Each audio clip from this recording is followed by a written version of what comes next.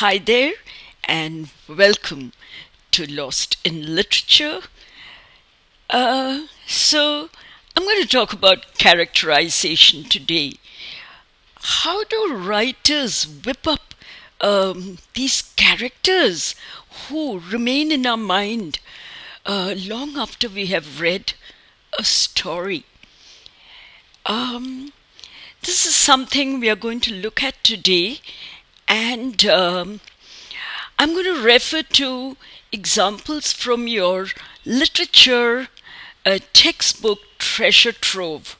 That's the ICSE textbook I'm talking about.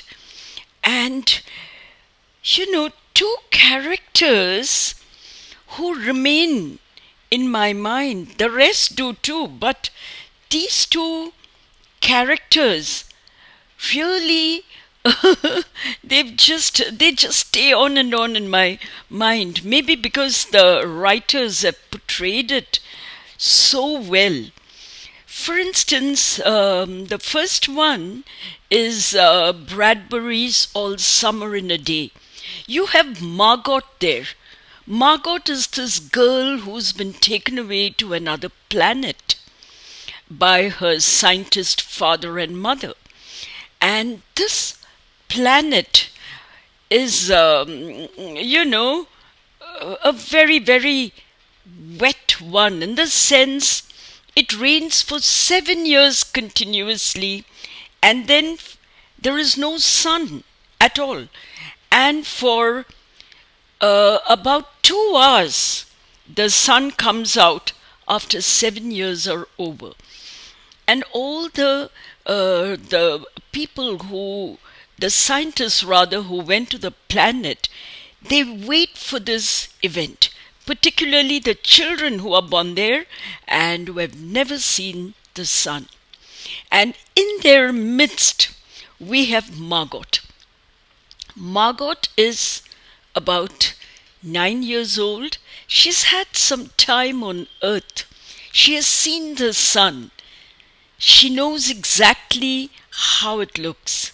So what Margot does is, to write this little poem on the sun, and it's a perfect one. And generally the children in her class, the rocket classroom, are rather jealous of her. They kind of alienate her. Bullying happens in school. They don't include her in anything.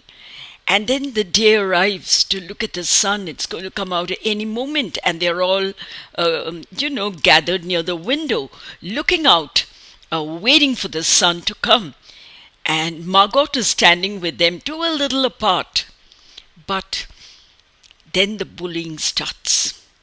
They talk to Margot in a very, very supercilious, patronizing, superior manner. And somehow the situation comes to a point where they carry her aloft to a closet and lock her in. They don't want her to look at the sun. So this is what happens in the story. Now, why is it that Margot's situation pulls our heartstrings? The main reason is because Bradbury has personalized Margot to us. In her, not only her descriptions of her physical description, she's a pale child. She's not in good health. And she is really sickening for Earth. She cannot adjust in this new planet. So she's presented as more or less a pale shadow of her former self. And then the writer also gives us another description of her in the bath, the shower. She cannot bear the water touching her.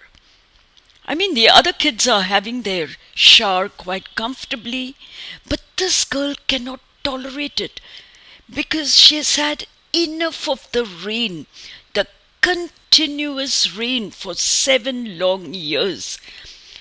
She can't bear it, and she is so traumatized by it that she just screams and shies away from showers. So we know all these little things about her. We know how much the children are waiting for the sun, and particularly how much Margot is waiting for it. And we really feel sorry when the kids bully her, physically dominate her, carry her, and lock her up in a dark closet. We feel so sad. And another example of characterization that has stayed in my mind is Nora Burke's The Blue Bead. You have Sibia there, a tribal child, and this child is just growing up in the forest, and she's used to the forest. She's very familiar with its ways, and she knows all about what to do. And in the sense, when one is in danger, she knows what to do. And you have this river running through the forest, and there is this, the river is infested with crocodiles, and huge mugger ones. And the writer, Nora Burke, tells you about this crocodile, this particular crocodile that is huge, almost 12 feet in length. And on one particular day, you have Sibia and her people crossing the river using stepstones. And what she does is to finish the day's work with her mother. She's a toiling child. She has to work hard. She doesn't go to school. So she works hard with her mother and the other tribal women. And when it is sunset and they have to return, they come back fast.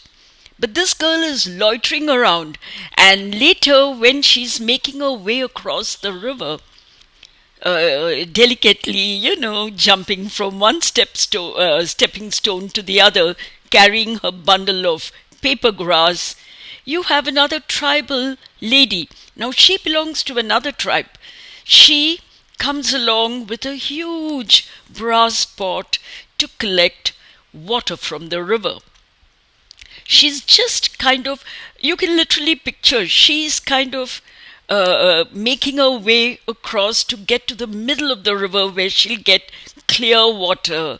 And Sibia's, moving towards her.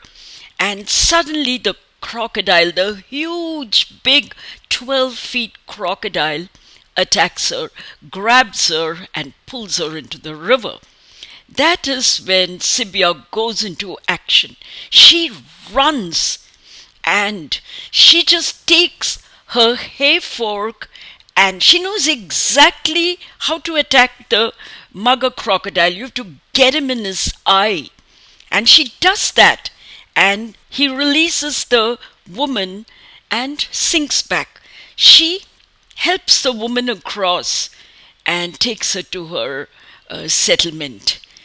So how does Sibia do this? How come she's not afraid? Because firstly, she's a jungle child. She knows the way of the jungle. And she's a very mature child. But that doesn't take away her childishness. And that is how Nora Burke has personalized this character to us. She loves beads. She loves to make little bead necklaces. She's always on the lookout for beads. Alright?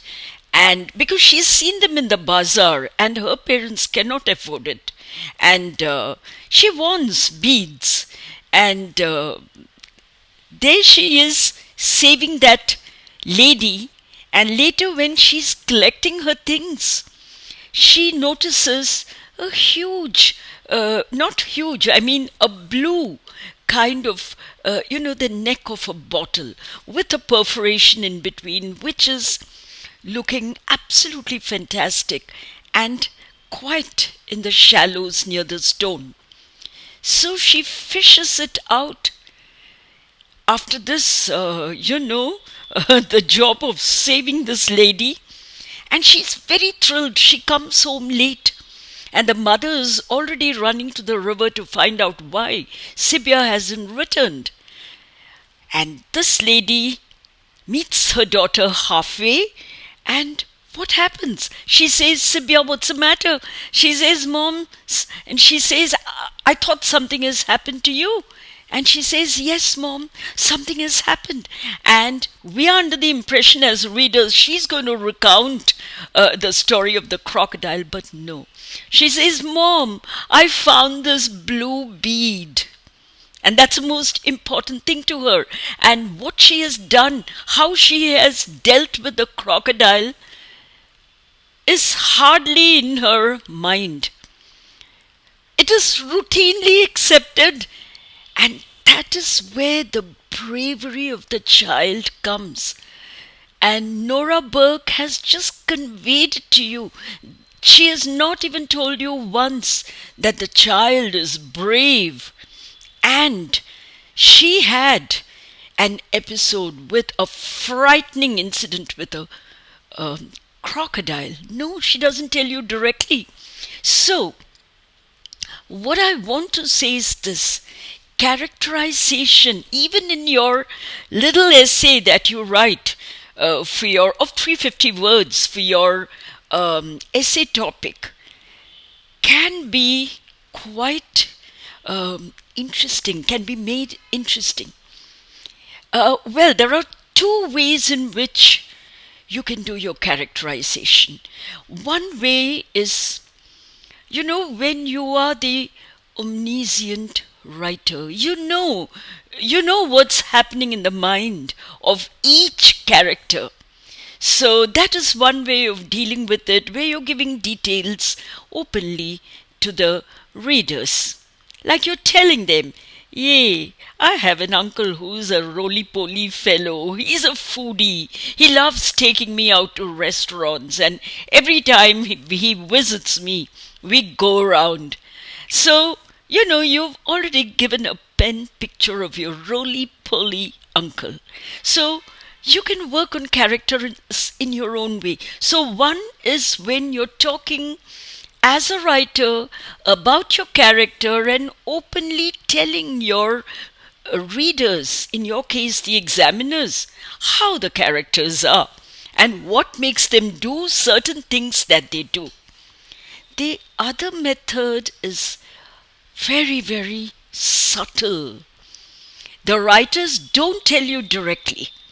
In fact, they crowd you with things that have happened to the characters, or things that have been done by the characters. And from that, you deduce the nature of this person. So these are the two ways in which you can look at characters. All right?